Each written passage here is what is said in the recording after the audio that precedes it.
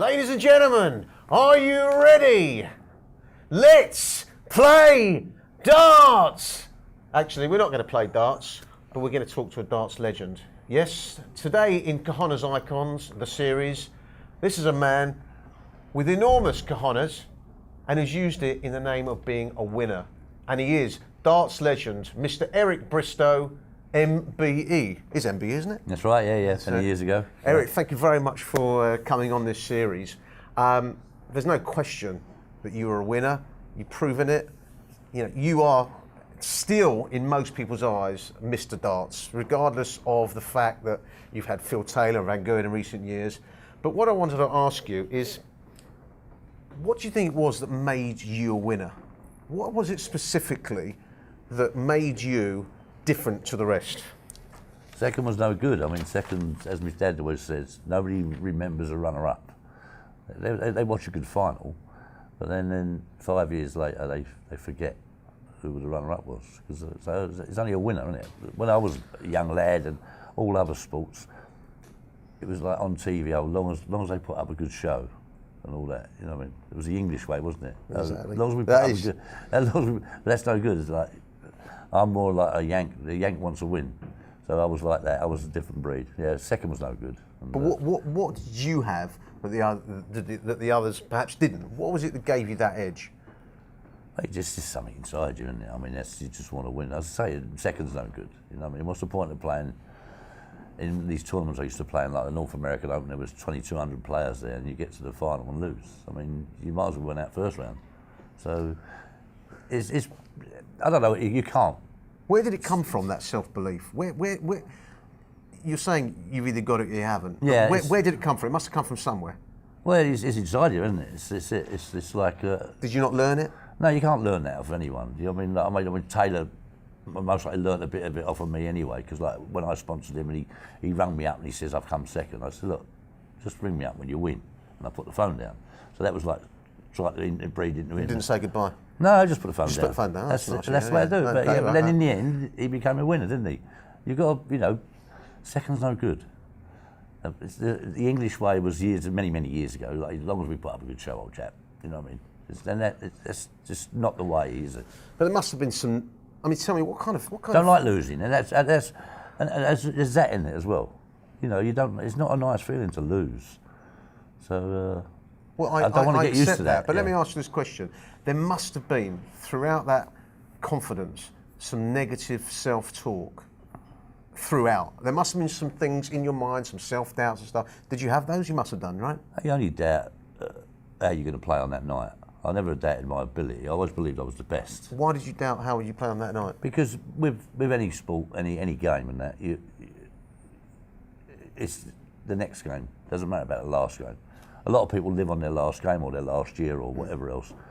You know, that's not sport. Sport is about your next game. If you win the semi-final, it's no good playing brilliant in the semi-final if you're not going to play well in the final. So them at 25 minutes before you get on the stage, before the final, it's not self-doubt. It's just you're wondering how you're going to play that night.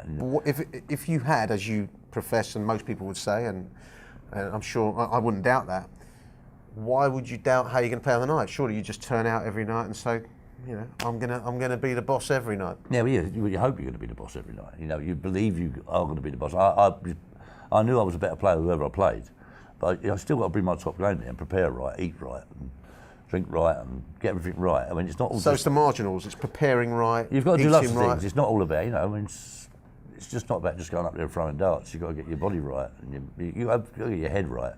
It's not, you know, throwing dart is part of it. You've got to get your head right. You've got to eat right, get your stomach right. You see, I've talked to sports psychologists, I've studied a lot of psychological methods myself, and they often say that if you start to think and you start looking at your thoughts and sort of trying to assess your thoughts, that's when things go wrong. You know, you look at a tennis player, a top champion as well. I'm a big tennis fan, I'm a big darts fan, but the moment you start thinking about your shots rather than just letting it go on default, that's when you start messing up. Would you say that? Don't get in front of yourself. I always just not get in front of myself. Like a lot of players, I think, if they're one set before to win the game, they think they've only got one set to go. I never used to do that. I used to just go Just give me a shot at a double to win it. That was it. That's all I wanted. So I just trebles for show, doubles for dough. Just to tick the legs off, the sets off, and I never used to get excited until I had that shot to win it. That was the time I got excited because that was the time I dreamed about it. That's the bit I wanted, the title. So during a match, never any negative self-talk? You get upset with shots. You leave a double when the guy goes out 164 or something. You think, well, that's a good shot. You know what I mean? It hurts at the time, but you got to forget. And how did you overcome that? How did you move on? Get on with it. Don't get worried about it, because I could do that to him. A lot of players, if you do a big shot against a lot of players, their head goes down. They think, oh, it's not my night and whatever else. But they've got the right to do that big shot out against you. I mean, it's there to be hit, isn't it? Definitely. And it's there to be hit. So if they do hit it, don't let it upset you. It's just a good shot by them. And then you got to get on with your next shot. If he goes out on a 164, my aim then is to get a 180 the next shot to start off the leg. Put the pressure straight back on him. So what you're saying is, keep focusing on the target. As they say, obstacles are only there when you take your eye off the target. Was that your way of thinking? You make your own obstacles, don't you? And you have your negative thoughts. You know, you shouldn't be negative up there at all. It's all positive. The great thing about our game is you got the right to reply. That's why I love the game. Right. You can go up there and hit a 180, you know, right, that's all good. Well, I couldn't get up and hit 180, believe me. The player you're playing, go up there and get a 180, right? Yeah. Which is all well and good, that's good, good luck to him, you know what I mean? But I can come straight back at him and hit him with a 180 and say, oh, I'm still here. You know what I mean? Where, like, some other sports you can't. Like snooker must be one of the most frustrating games in the world. You have two great snooker players here. You go on there and do a 97 break. Nothing you do. I can't do nothing about it. No. I haven't got the right to reply, and that's why I love darts. It was always the right to reply. Well, let me ask you this, Eric. You were always known as brash, mouthy, arrogant, irresponsible, genius, or something. Whatever. Yeah. Well, there you go. Yeah. There you go. Now, when you used to get a lippy, was that a way of motivating yourself? Because once you'd given it all that, you had to back it up. So was it a form of I know I'm the best, but did you do it in a way you needed something to sort of ensure that you're focused and to raise your game? Well, you kind of put pressure on yourself, then, don't you? It's no good giving it all the gab if you don't follow it up. So it was a motivational force for you to do that? Yeah, it was part of my game. I used to love Ali, Muhammad Ali. I mean, you know, he used to give it all the gab, but he done it. It's no good talking the talk if you can't walk the walk. So it was a form of motivation. Yeah, that was part of my game. Yeah, part of my So if you had buttoned it, so to speak, maybe I wouldn't have been as good. Yeah, I kind of put myself under pressure. I play better under pressure. A lot of people fold under pressure. I used to play better under pressure. So if I opened and make me gob a bit, it put me under pressure. I told people I was going to win it. So it's all right, I've said it. Now I've got to go and do it. And you raised your game. Well, I had to, otherwise I'd make yourself look a fool. And I didn't want to make myself look a fool, so that was part of the jigsaw, wasn't it? Now let me ask this question. You need Cojones to speak out, and I respect you for that. Has anyone ever said to you, Eric, you've got a big pair of Cojones? No, not in them words, but yeah, in other words, yeah. I've always I believe what I say, and that's it. I can look myself in the mirror, and every time I have a shave and look in the mirror, I'm fine. But it does take a certain quality that you've got. You never know where you would have ended up, would you? No, but I mean, it takes a certain quality, which I always profess to people, look, a winner, to get a winner somewhere, is different. and you've shown it. A winner is different in any sport. Tennis players, snooker players, in any sport there is. There's a winner is complete. It's got a different mind, a stronger mind, and that's why he's the winner. We've got stronger mind and belief in ourselves, and don't get knocked back. You know, we get hurt sometimes, but we bounce back. You know, like Phil Taylor gets beat, he goes home and practices more, and that's what you do. You know what I mean? It hurts at the time. Okay, I've always said if someone beats me, right, you won the battle, but you ain't going to win the war. I'm going to get you next time. So, and that's the right. That is the right attitude. So we've got one last question for the people out there watching this.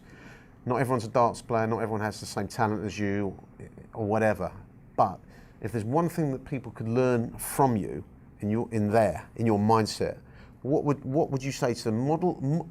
Choose my model in life, in a business, in a relationship, whatever. What would you say to the people out there that they can learn from you? Just go for your dream, mate. Don't give up on anything. Don't get knocked back. All right, you can get stopped a bit in life, but don't give up your dream. If your dream's to be a great businessman or whatever you want to do in life, life's great. It's there to be done. Well, you've heard us, ladies and gentlemen. This is the man with the right attitude. Now, I want to thank Eric. when I was growing up, he was my idol. Believe me, he was. I used to watch him when he beat the Dave Whitcomb and so forth in the final. I was always a big fan. I loved his openness, his brashness, his honesty, and backing it up. I want to thank him for coming on today.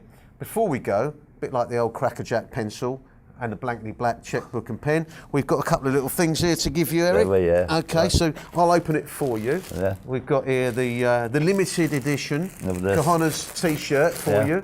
You don't mind if I open it, do you? You open it, mate, no problems. Now, I did bring an extra large for you, so I hope you. There you go. Thank you very much, sir. There's your T-shirt. Right. When you're holidaying in the Caribbean, Tenerife. Tenerife, or wherever it may be. So what have we got here? And then you've Jug? also got here something that reflects you. It's a pair of steel balls, which I think is very reflective of the man. That's Eric, what winners have. It should say winners on it. That should say winners on it. It should say. You That's know what? what Next winners time got, I'm going to go back to them and say, listen, that needs to say winners on it. But that is Cheers. representative. Eric, Pleasure. you're a star, and thank you very much for being on here. Yeah? No problems, pal.